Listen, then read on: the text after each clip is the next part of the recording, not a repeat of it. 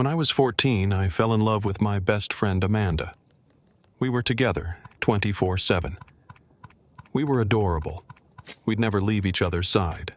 A few years pass and we get a call that her mother had overdosed and passed away. We were 16 and my parents let her stay with us. We planned out our entire life together. We were going to move when we were 18, get married and have kids. We were going to be together forever. Well, that did not happen. It was the day after her 18th birthday. I got a nice room at a hotel in Reno and figured we could walk around and see everything. We were from a small town. My mom decided that we could take her car and we started the long drive. About 3 hours into the drive, I got rear-ended on the freeway. The car spun out sideways, and the front driver's side slammed into a ditch, causing the car to completely flip. I didn't have a seat belt on and went out the back passenger window. I woke up. There was dust everywhere. I didn't see her. I look back and see the car upside down and tires still spinning. I ran over and crawled back into the car and tried to get her to wake up. There was blood and broken glass everywhere. I can still smell and taste the dust of the airbag and the blood in my mouth. She never moved. I laid there by her side until I passed out. I woke back up in the hospital with everyone around me. They kept having to push me down and tell me not to move. I had to find her. I had to know she was okay. No one would answer me. They told me to stay calm, that I had fractured my skull and I needed to be still. They gave me a shot, and I was out. 4 days later, I woke up. I could barely move. That's when my parents came in and told me. She had died right then and there in the car. The first response team told my parents that I had been found inside the car holding her hand. I have prayed every night since then. 3 years ago, but it feels like yesterday, for God to give her back to me. To this day, I know that it wasn't my fault, but I still can't come to terms with it. I lost more than a girlfriend that day. I lost part of my own life along with her. Story number 2. I engaged in a long-distance relationship when I was 15. Though several states away, we managed to talk several times a day, every day. Her name was Sarah, and she was the first girl I ever told, "I love you." Through countless phone cards and several months, I remember making a big deal of our 6th month. We would talk for hours at a time, just laughing at the stupid stuff we would say. One day, the inevitable happened, and Sarah broke up with me.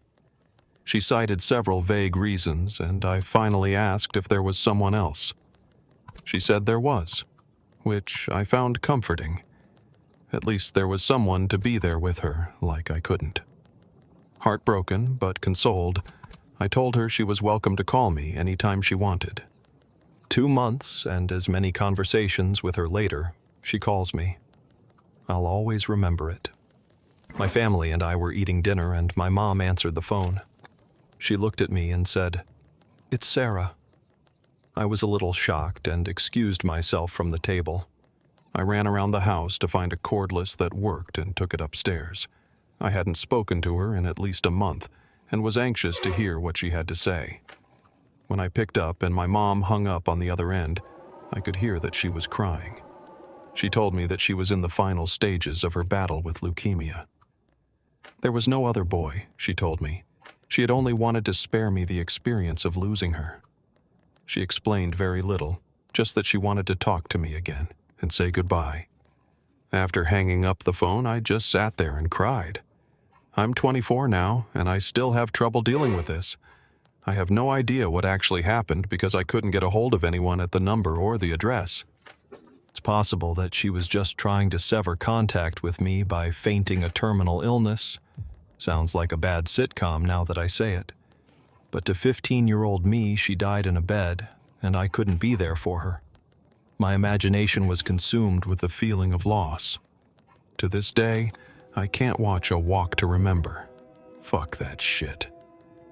It's 6 in the morning and I've just gotten off of work 2 hours prior. I've had a couple of beers, and under any other circumstances, I wouldn't have shared this story. For some reason, I thought it would be therapeutic. It wasn't really. Story number 3. When I started high school, I went from one private school to another across town. I didn't know anyone, and was pretty alone. Didn't have any friends, and I wasn't making any fast.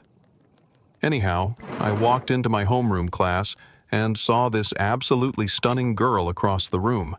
She had this auburn hair that was impossible not to admire. The teacher started assigning seats, and sure enough, he puts her right next to me. I was such an awkward kid, I had no hope that I would ever say more than a word to her. Homeroom was a 15-minute period of announcements and socializing, though. It took her all of 30 seconds to introduce herself to me. Every day I would look forward to that 15-minute period in which all I would do is sit and talk to this bright-eyed beauty. She was my first real crush, I'd say, and it became pretty apparent that the feeling was mutual. Most days she would grab my hand as soon as I sat down and write some sort of flirty nonsense on it. I loved every second of it. Before I knew it, the homecoming dance was approaching. I'd never been to a dance like that. Certainly never asked a girl to a dance, but I made up my mind. I was going to take this girl. Every day I'd walk into that short period of my day, determined I would ask her to the dance, and every day I'd chicken out. Then, one day she asked me who I was going with. I said I didn't know yet, and asked he who she was going with. She told me about some other guy who asked her that morning. I felt entirely defeated, but I figured it was a lesson learned. A mistake I would never make again. But that date she went on turned into another date, and then into a relationship. She ended up spending the rest of the year dating that guy. The next year, my dad was laid off and I had to go off to public school. I did much better in that school. I found a group of friends the first day. I also had a few girls chasing after me, so I must have grown into myself a bit. I still had a lot of friends in private school, and I went to the homecoming dance at that school the following year. She was there, and my heart stopped in its tracks when I saw her. She ran up to me, gave me a big hug, and we spent a good part of the night dancing together. She was single again and came to the dance on her own as well. I wasn't sure what to make of it, but I figured I would be sure to get her phone number or something and maybe get together with her. Toward the end of the night, though, she went to talk to some friends, and I went with mine. I turned around. She was gone. No idea where. A few weeks later, a friend of mine told me that she'd asked about me. But by then, one of the girls who was chasing me had caught me, and I'd be in that relationship for a solid 2 years. 3 years later, I'm single again and in college. I'm driving down the freeway in a snowstorm with a friend, and a car spins out in front of me, flipping into the ditch. I stop to go see if the driver is okay and call for help. As I walk up to the car, I see that bright auburn hair that stopped my heart 4 years earlier, draped over the steering wheel. Sure enough, it was her. I know that since this is a heartbreaking thread, you've probably got an idea of where this is going. But don't worry, you're wrong. She came to as soon as I walked up, and it turned out she wasn't hurt too bad. She had a concussion and a few bumps and bruises, but altogether not in bad shape. I helped her out of her car, and she came and sat with me in mine while we waited for the cops/ambulance to come. We talked a little bit.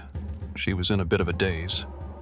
Then the ambulance showed up, whisked her away, and before I knew it, I was standing in the snow by myself, then telling a state trooper what happened.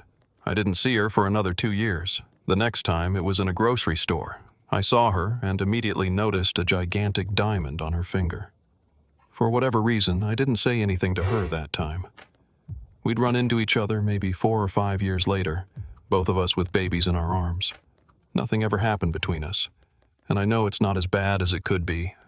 It's more of a story of what felt like fate constantly pushing two people together, and nature, circumstance, pushing them apart.